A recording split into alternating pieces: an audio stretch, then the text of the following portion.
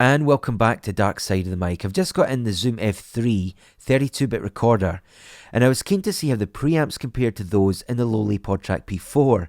Now obviously recording in 32-bit float brings its own advantages in terms of dynamic range and recovering sound recorded either too high or too low, but the preamp of each device still has to drive the microphone, and that process will produce inherent noise to the recording. And in this case with the SM7B, this is like a stress test in seeing how much noise or hiss is introduced with each recorder.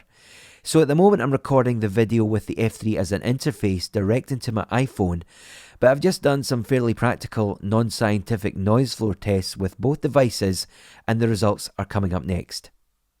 So in order to conduct these tests, we've moved to one of the quietest areas of my house, and we are starting now on the Podtrak P4 and the SM7B. We have the Podtrak gain at 6 out of 10 on the gain dial, so let's measure the noise floor.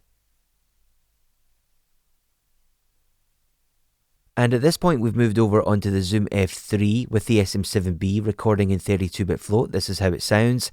It might sound a little bit clearer to my ears, but I'm not sure. Let's stop for a few seconds of silence.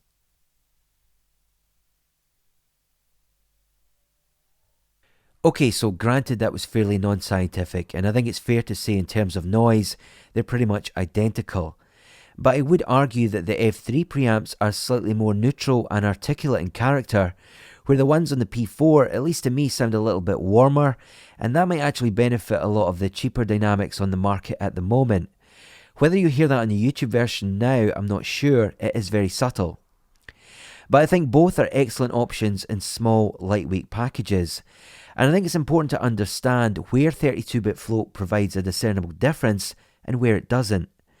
I think if you're dealing with a volatile environment where levels are changing all the time, that could be a war zone or it could be a podcast, or if you're setting up a recording and you can't be there to monitor it, then 32-bit float is a fantastic option for that.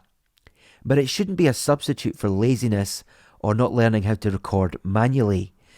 I'll be careful how I phrase this, but the current direction of travel with technology seems to be bypassing the need for users to have any capability or skills, as opposed to supporting them to learn to do things properly. For me, that's quite dangerous and something we should all be mindful of.